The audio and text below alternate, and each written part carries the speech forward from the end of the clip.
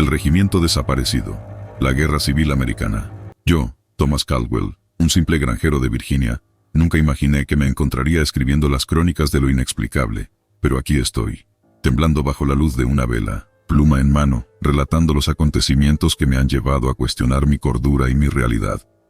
Era el año 1863, y la Guerra Civil Americana estaba en su punto más álgido. Yo había sido reclutado en el ejército de la Unión, integrado en el 54 Degrees Regimiento de Infantería de Virginia. Nos habían enviado al corazón de Tennessee, una tierra de colinas onduladas y densos bosques, donde el susurro del viento entre los árboles parecía contar historias de desdicha y desolación. Nos encontrábamos acampados cerca de un pueblo pequeño, cuyo nombre ya ha escapado de mi memoria, esperando órdenes para avanzar. Una noche, una niebla espesa y antinatural cayó sobre nuestro campamento. No era una niebla común, era densa y fría, y parecía absorber todo sonido, dejando un silencio sepulcral. A la mañana siguiente, algo inaudito ocurrió. Nuestro regimiento, que contaba con más de 1000 hombres, había desaparecido sin dejar rastro. Solo quedábamos unos pocos, desconcertados y aterrorizados. Entre nosotros, el capitán Jameson, un hombre rudo y experimentado, parecía el más afectado. Sus ojos reflejaban no solo miedo, sino un conocimiento profundo de algo inenarrable. Decidimos adentrarnos en el bosque, buscando algún indicio de nuestros compañeros desaparecidos.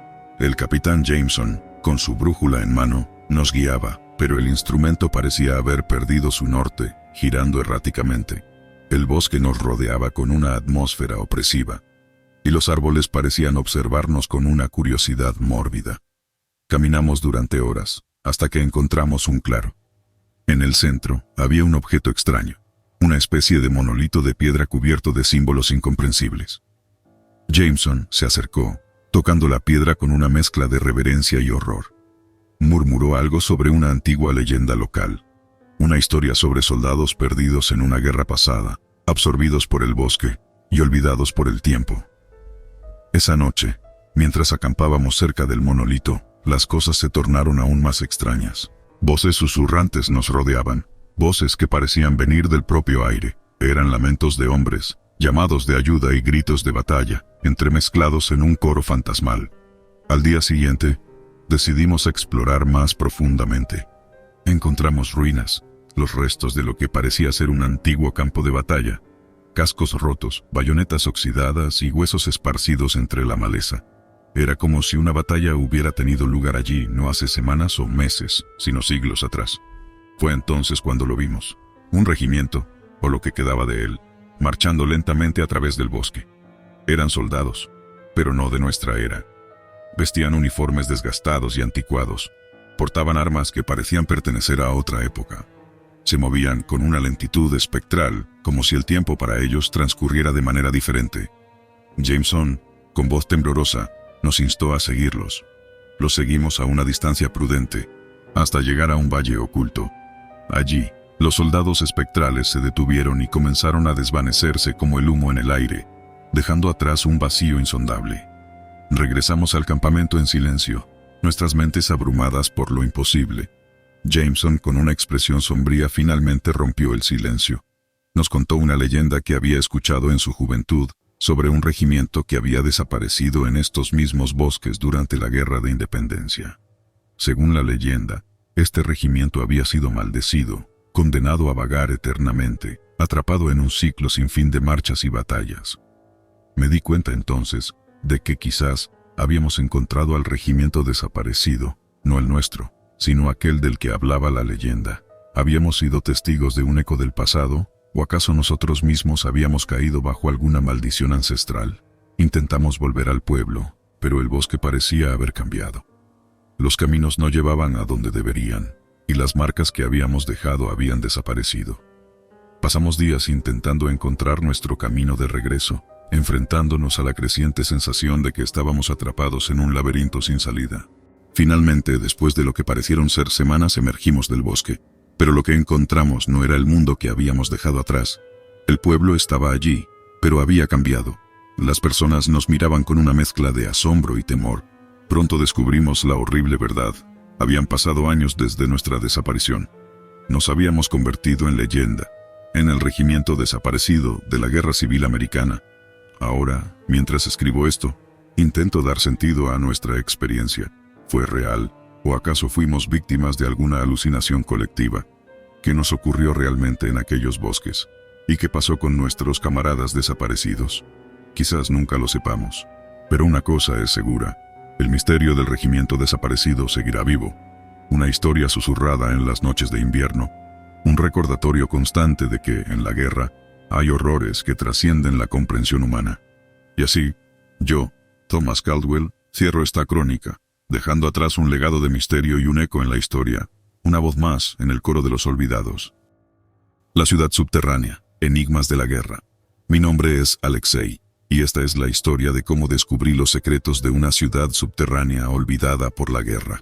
Nacido en la posguerra, siempre me intrigaron las historias que contaba mi abuelo, un veterano con más cicatrices en el alma que en el cuerpo.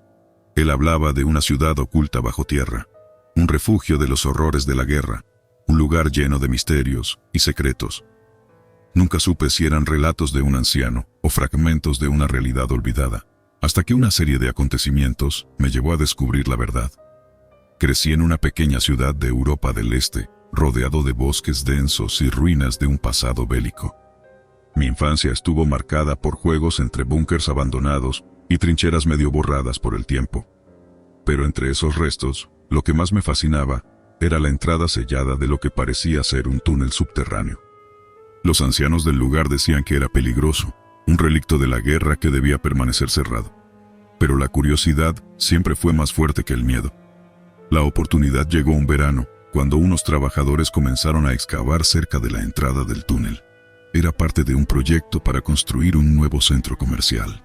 La noticia despertó mi interés. Sabía que esta era mi oportunidad de explorar los misterios que yacían bajo tierra. Me hice amigo de uno de los trabajadores, quien, a cambio de unas cuantas cervezas, accedió a dejarme entrar al túnel una noche. Con una linterna y una mochila llena de provisiones, me adentré en la oscuridad. La entrada era estrecha y el aire frío y húmedo. Caminé durante lo que parecieron horas, siguiendo un camino que se extendía más allá de lo que mi imaginación había concebido. Finalmente, llegué a una gran puerta de metal. Estaba cerrada pero no sellada. Con esfuerzo, logré abrirla. Al otro lado, me encontré con algo que desafiaba toda lógica. Una ciudad entera, construida bajo tierra, calles, edificios, incluso una pequeña plaza central, todo cubierto por una capa de polvo y silencio. Caminé por aquellas calles subterráneas, asombrado por la magnitud de lo que veía. Las paredes estaban adornadas con murales descoloridos, propaganda de una era pasada.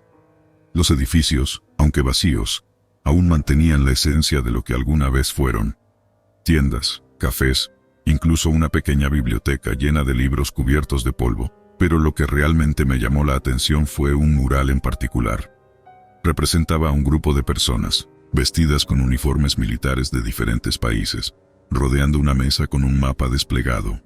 En el fondo, una serie de símbolos extraños, como si se tratara de un código o un mensaje oculto. Decidí explorar más, adentrándome en los edificios.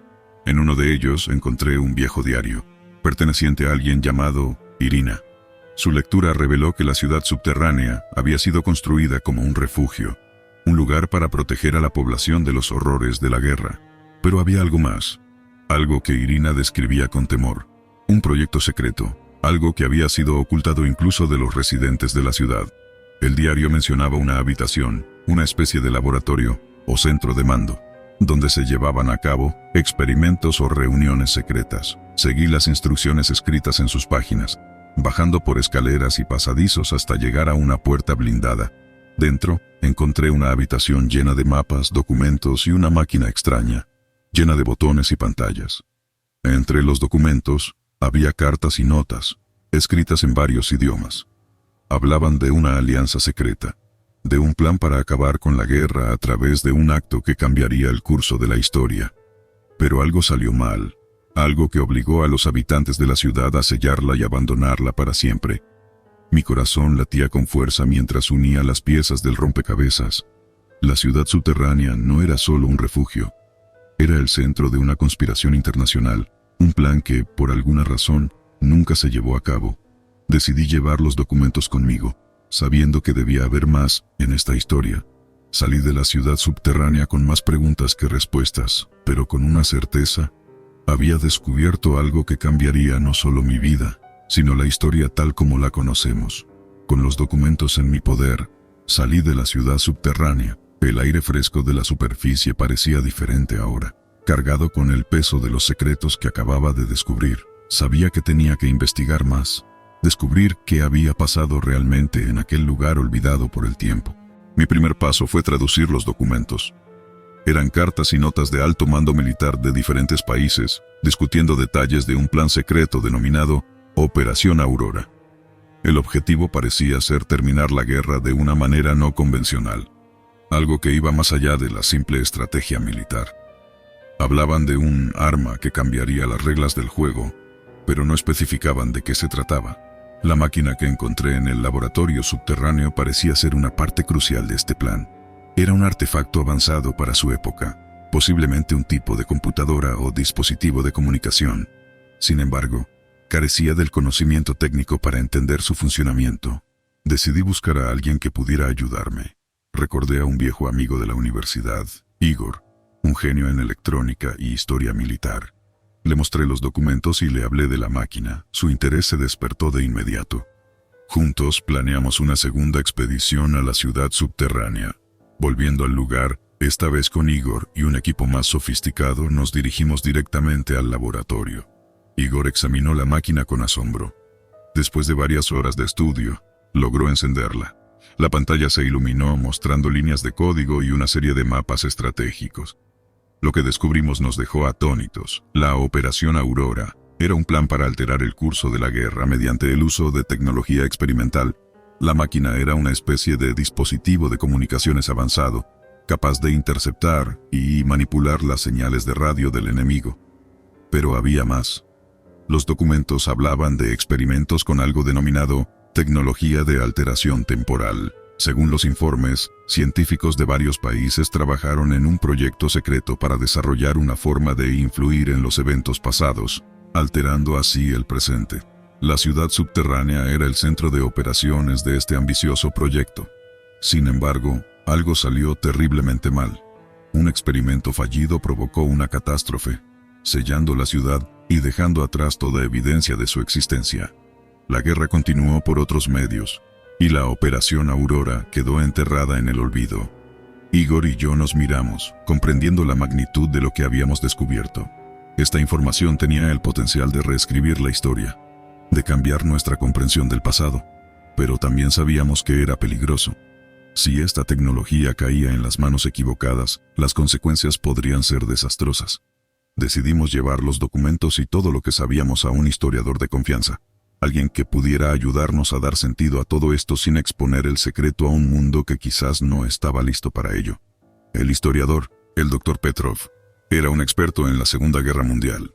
Escuchó nuestra historia con una mezcla de escepticismo y asombro. Después de examinar los documentos, su escepticismo se desvaneció. Estaba convencido de que lo que habíamos encontrado era real y extremadamente importante.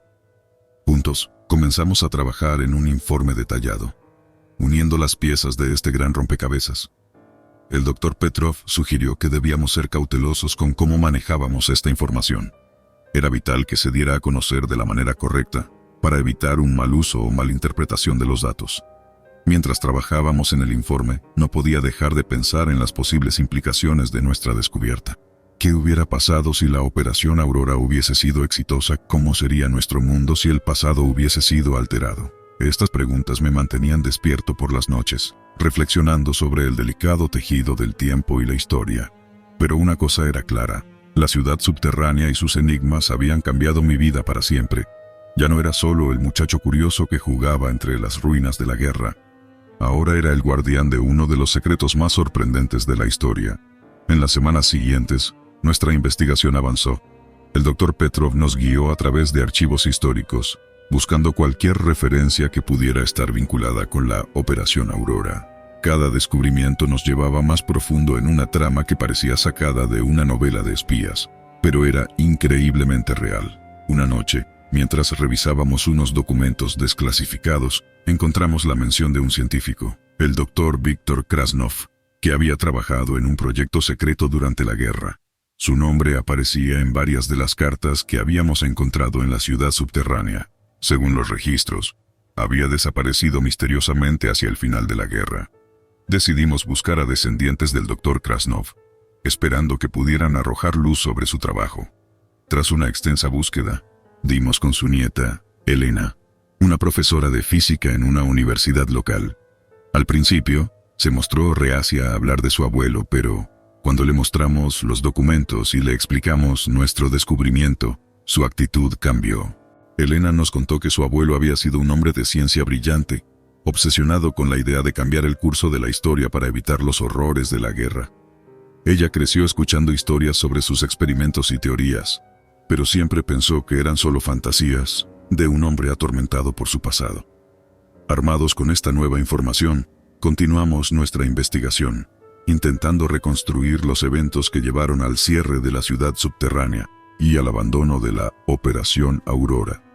Cada pieza que añadíamos al rompecabezas revelaba un panorama más complejo, una historia de ambición, esperanza y finalmente, tragedia. Una tarde, mientras revisábamos los documentos una vez más, Igor descubrió algo sorprendente. Entre las notas del Dr. Krasnov, encontró una serie de cálculos y teorías que describían el funcionamiento de la máquina que habíamos encontrado en el laboratorio subterráneo. Era una tecnología increíblemente avanzada, incluso para los estándares actuales. El Dr. Krasnov había estado trabajando en una forma de manipular el tiempo, pero no de la manera que habíamos imaginado. Su objetivo no era cambiar eventos pasados, sino enviar mensajes al pasado.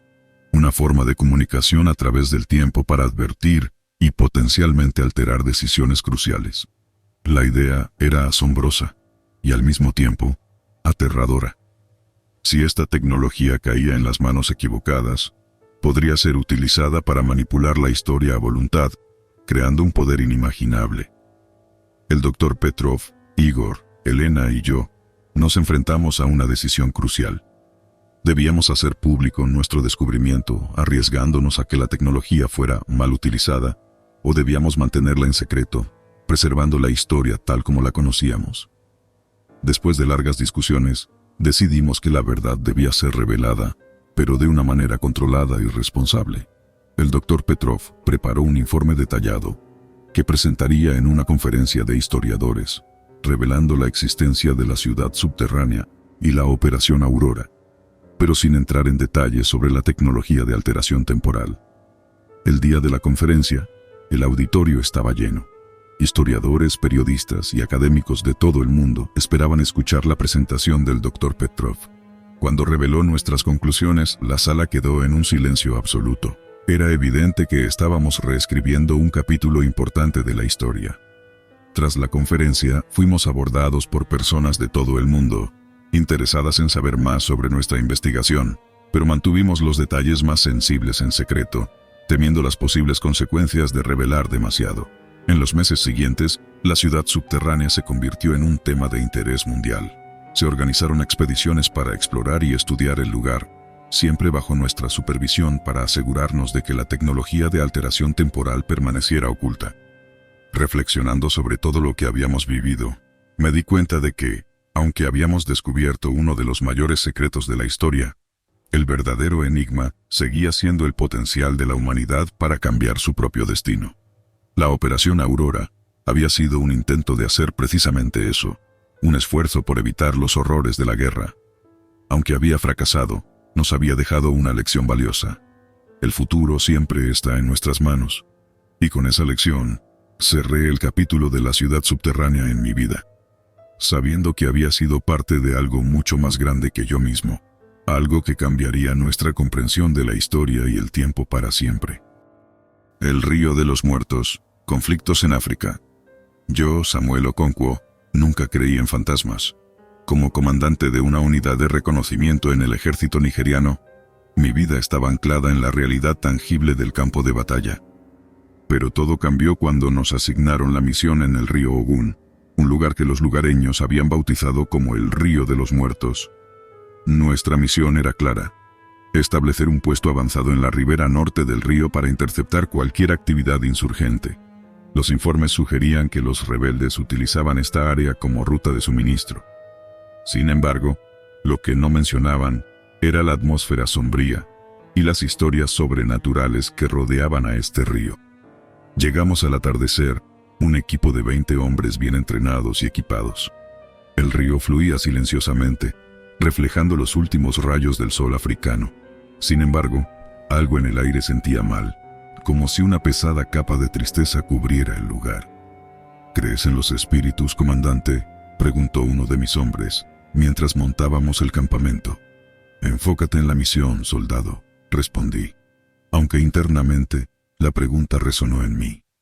Esa noche, después de establecer turnos de guardia, traté de dormir, pero un inquietante silencio reinaba, un silencio que parecía gritar en mis oídos. La primera noche pasó sin incidentes, pero a medida que avanzaban los días, cosas extrañas comenzaron a ocurrir.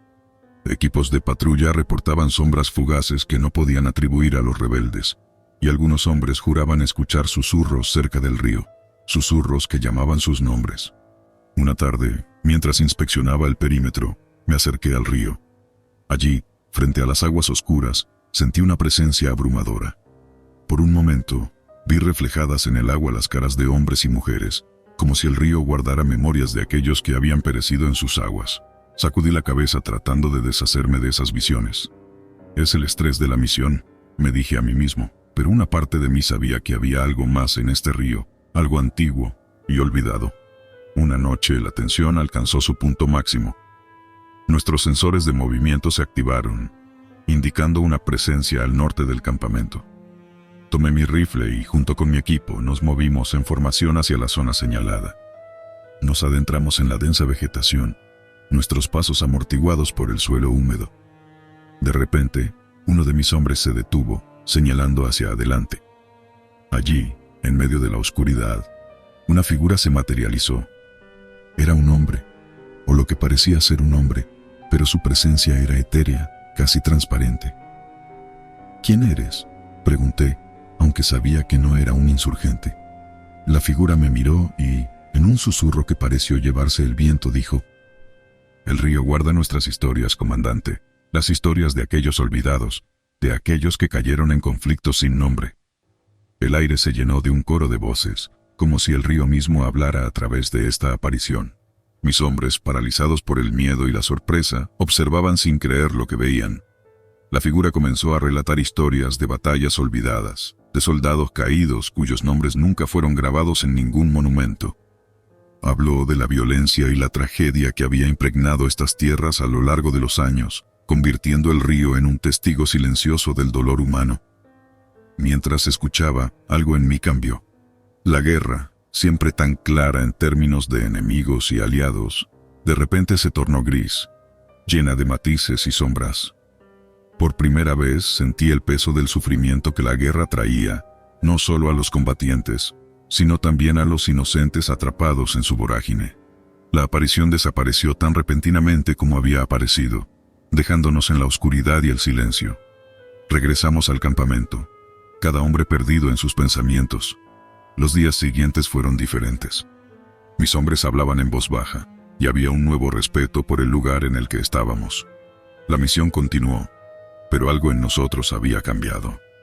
Una tarde, mientras miraba el río, supe que nuestras historias también se unirían a las muchas voces del Ogún, pero a diferencia de las almas perdidas que habían hablado a través de la aparición, nosotros teníamos la oportunidad de dejar un legado diferente, uno de compasión y comprensión. Ese día decidí que, una vez terminada esta misión, dedicaría mi vida a buscar la paz, a ayudar a sanar las heridas que la guerra había causado. El río de los muertos, con sus sombras y susurros, me había enseñado que cada vida cuenta, cada historia merece ser recordada, y que en medio del conflicto, la humanidad debe prevalecer sobre la hostilidad.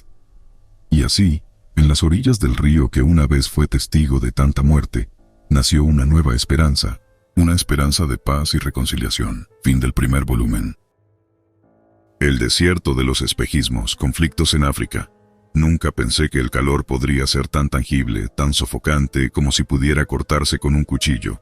Pero aquí, en el vasto desierto del Sahara, el calor era un enemigo tan formidable como cualquier otro que hubiera enfrentado en mi carrera militar. Mi nombre es Ethan, sargento del ejército, y esta es la historia de mi encuentro con lo inexplicable en el corazón de África. Nuestro pelotón había sido enviado a una misión de paz en una región conflictiva del Sahara.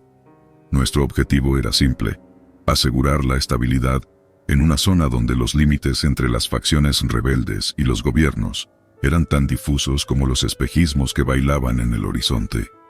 En mi primera semana me sorprendió la belleza brutal del desierto. Las dunas, como olas congeladas en un mar de arena, se extendían hasta donde alcanzaba la vista.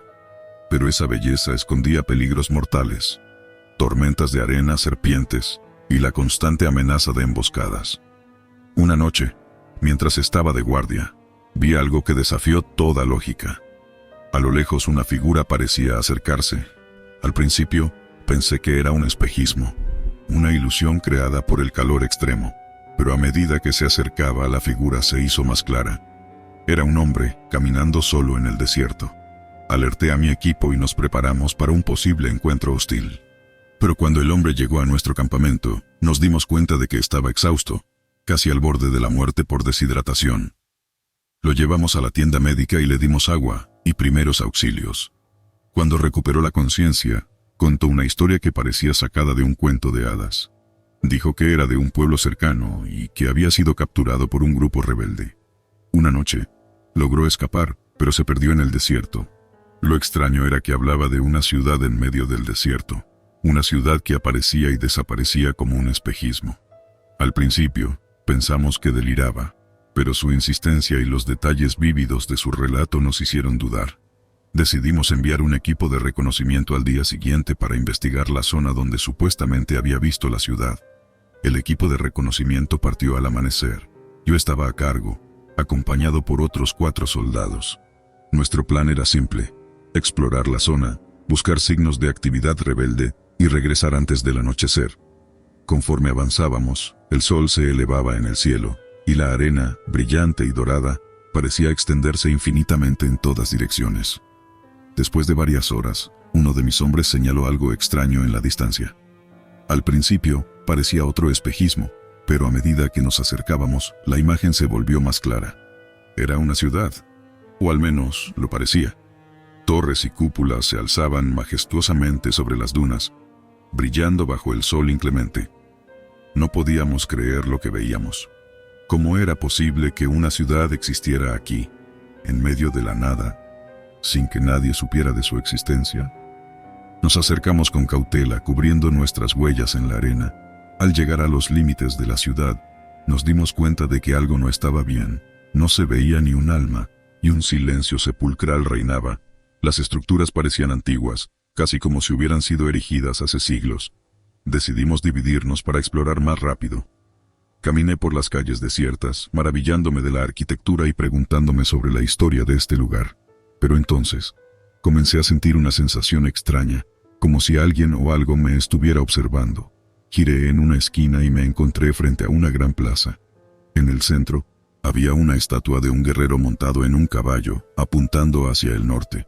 Pero lo que más me llamó la atención fue lo que había detrás de la estatua. Una entrada a lo que parecía ser un templo o un palacio. Con el corazón latiendo con fuerza me acerqué a la entrada. La puerta estaba abierta invitándome a entrar. Sin embargo, una parte de mí sabía que debía ser cauteloso. No tenía idea de lo que podría encontrar dentro.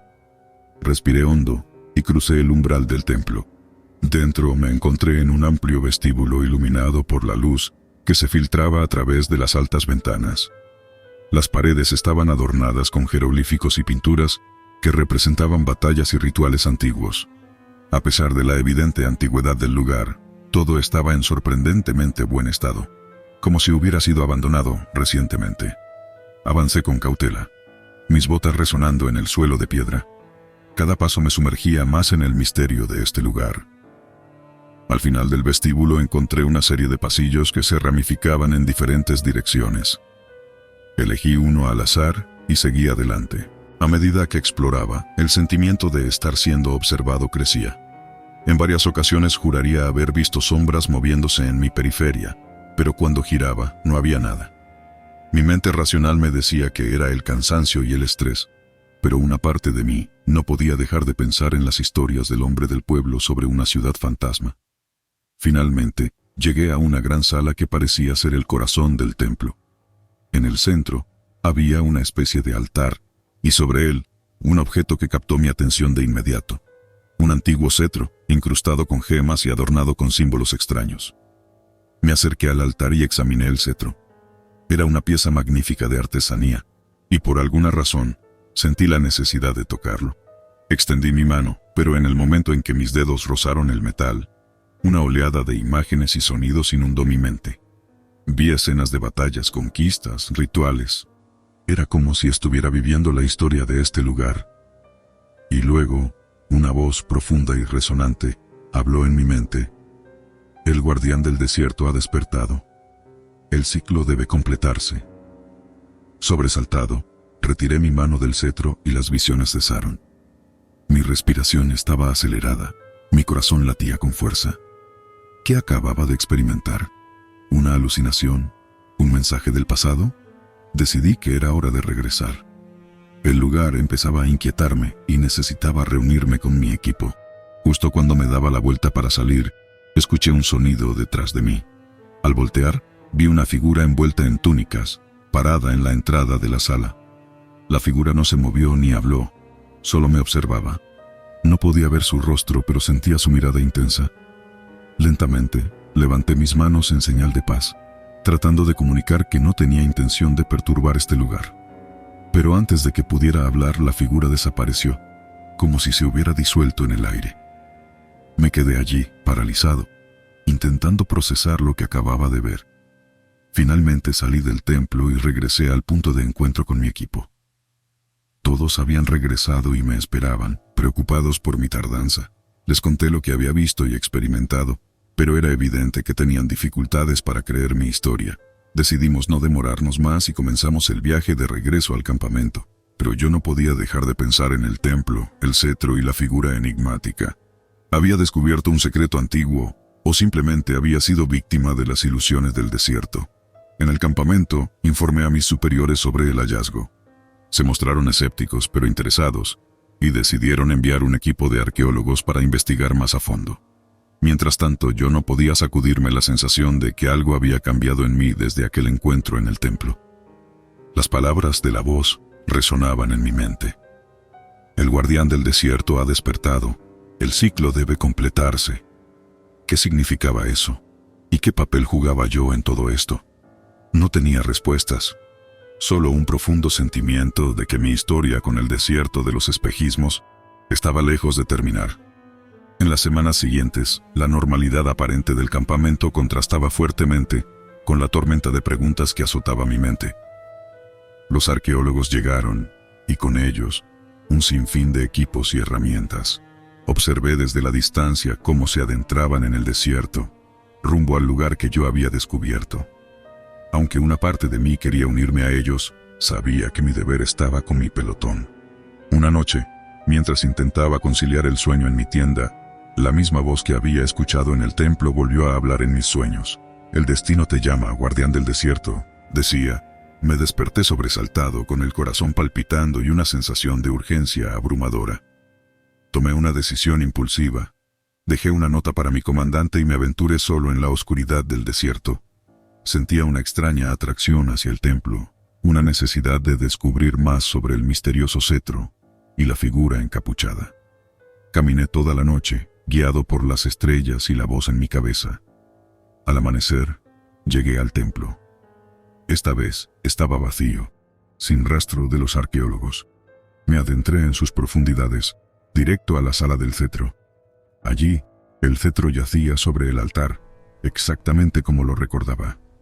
Esta vez, cuando lo toqué, las visiones regresaron, pero eran más claras. Vi la historia de un antiguo reino del desierto, una civilización perdida en las arenas del tiempo.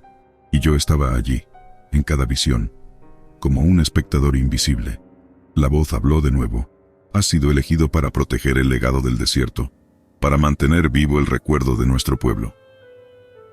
Comprendí entonces que el cetro era una especie de llave, un vínculo entre el pasado y el presente. Saliendo del templo, me encontré de nuevo con la figura encapuchada. Esta vez se acercó y, retirando su capucha, reveló el rostro de un anciano con ojos sabios y profundos. «Eres el elegido, Ethan. Debes llevar nuestro mensaje al mundo», dijo con voz serena.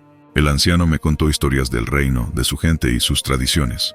Habló de cómo el reino había sido consumido por las arenas, pero su espíritu vivía en aquellos que recordaban su historia. Me enseñó antiguos rituales y me confió el cetro, diciéndome que era el guardián de su legado. Regresé al campamento al amanecer, con el cetro en mi posesión y una misión clara en mi mente. Sabía que enfrentaría preguntas y posiblemente escepticismo, pero también sabía que tenía una historia importante que contar, una historia que podría cambiar nuestra comprensión de la historia y la cultura del Sahara. En los meses siguientes, compartí mi experiencia con los arqueólogos y con mi equipo. Algunos dudaban, pero otros vieron la verdad en mis palabras. Juntos comenzamos a documentar el sitio, preservando sus secretos y enseñanzas para las generaciones futuras. Mi tiempo en el Sahara llegó a su fin, pero supe que siempre estaría vinculado a ese misterioso templo en el desierto, el guardián de un legado perdido en el tiempo. Y aunque regresé a mi vida normal, una parte de mí siempre permanecerá en el desierto, vigilando el recuerdo de un reino olvidado. De regreso a mi hogar, la vida cotidiana parecía extrañamente ajena. Los edificios de concreto y el bullicio de la ciudad contrastaban marcadamente con la serenidad inmutable del desierto. A pesar de estar rodeado de familia y amigos, una parte de mí se sentía incompleta, como si hubiera dejado algo esencial atrás, bajo las estrellas del Sahara. Los días pasaban, pero las visiones del reino del desierto y las palabras del anciano seguían resonando en mi mente. El cetro, ahora un preciado objeto en mi estudio, se había convertido en un símbolo de mi conexión con aquel mundo perdido. Una noche, mientras contemplaba el cetro, bajo la luz tenue de mi lámpara, ocurrió algo extraordinario.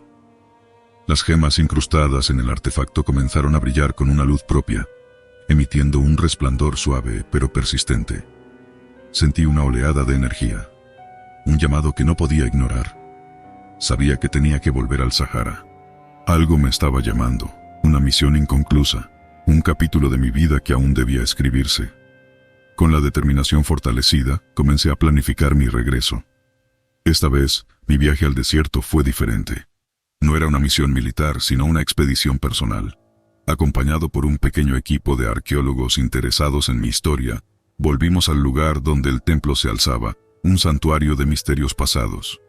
Al llegar, el templo parecía esperarnos, sus antiguas paredes bañadas por la luz dorada del amanecer. Con el cetro en mano, entré al templo, sintiendo una familiar sensación de regreso a casa. Dentro nos esperaba el anciano, como si nunca hubiera partido. «Has regresado, guardián», dijo con una sonrisa. «Ahora es el momento de revelar los secretos de nuestro reino al mundo». Junto con el equipo, pasamos semanas explorando cada rincón del templo, descifrando los jeroglíficos y documentando las reliquias encontradas. El anciano, con un conocimiento que parecía trascender el tiempo, nos guió en nuestra búsqueda, revelando historias de un pasado olvidado.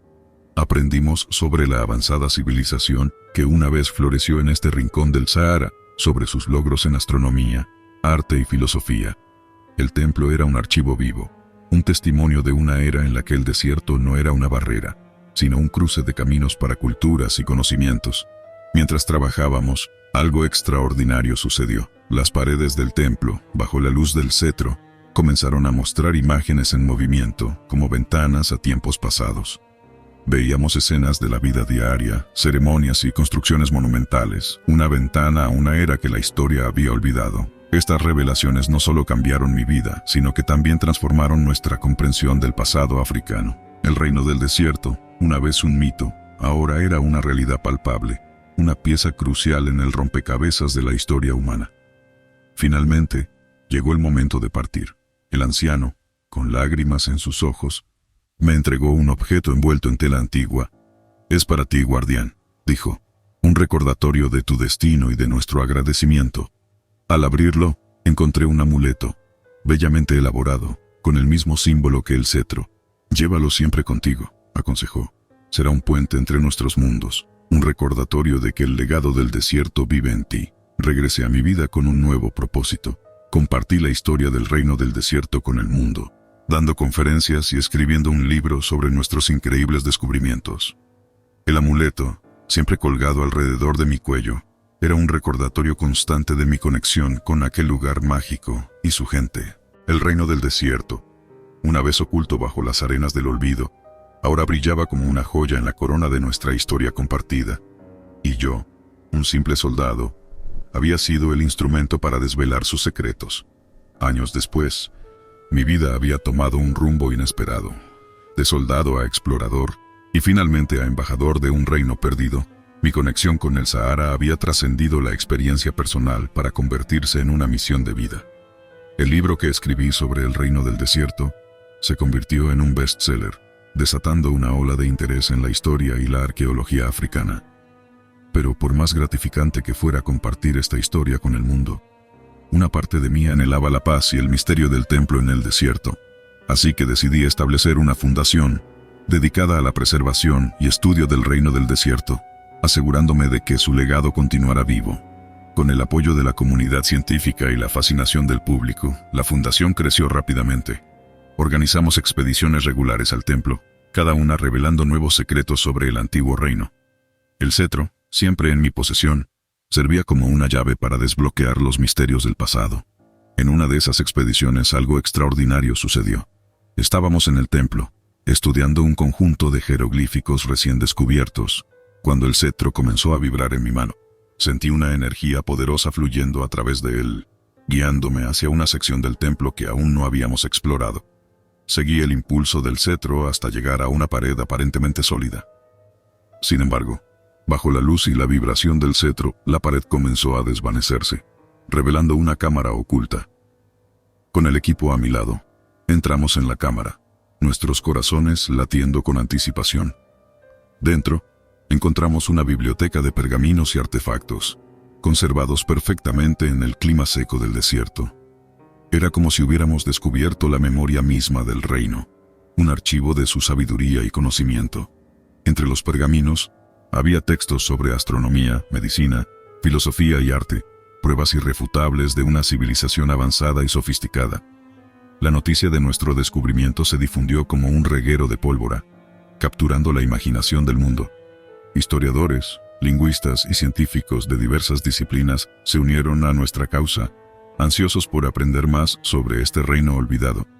Pero con el reconocimiento y la fama, también llegaron los desafíos. Algunos grupos querían explotar el sitio por su valor turístico, mientras que otros cuestionaban la legitimidad de nuestros hallazgos. Me encontré en medio de debates y controversias, defendiendo la importancia de preservar y estudiar el reino con respeto y rigor científico. A través de todo esto, el amuleto que el anciano me había dado se convirtió en mi talismán, un recordatorio de la responsabilidad que tenía hacia el reino del desierto y su legado. En los momentos de duda o desafío lo tomaba entre mis manos, sintiendo su energía y recordando las palabras del anciano: llévalo siempre contigo. El impacto del reino del desierto en nuestra comprensión de la historia africana fue profundo. Cambió la narrativa de un continente a menudo malinterpretado y subestimado, revelando una riqueza de conocimientos y tradiciones que había sido ignorada durante mucho tiempo. Mi viaje, que comenzó como una simple misión militar, se había transformado en una aventura de descubrimiento y revelación. Había encontrado mi propósito en la preservación y difusión de la historia de un reino que, a pesar de haber sido consumido por las arenas, había dejado una huella imborrable en el tejido del tiempo. Y así, mi historia continúa, entrelazada con la del reino del desierto, un legado que vive tanto en las páginas de la historia como en las arenas eternas del Sahara.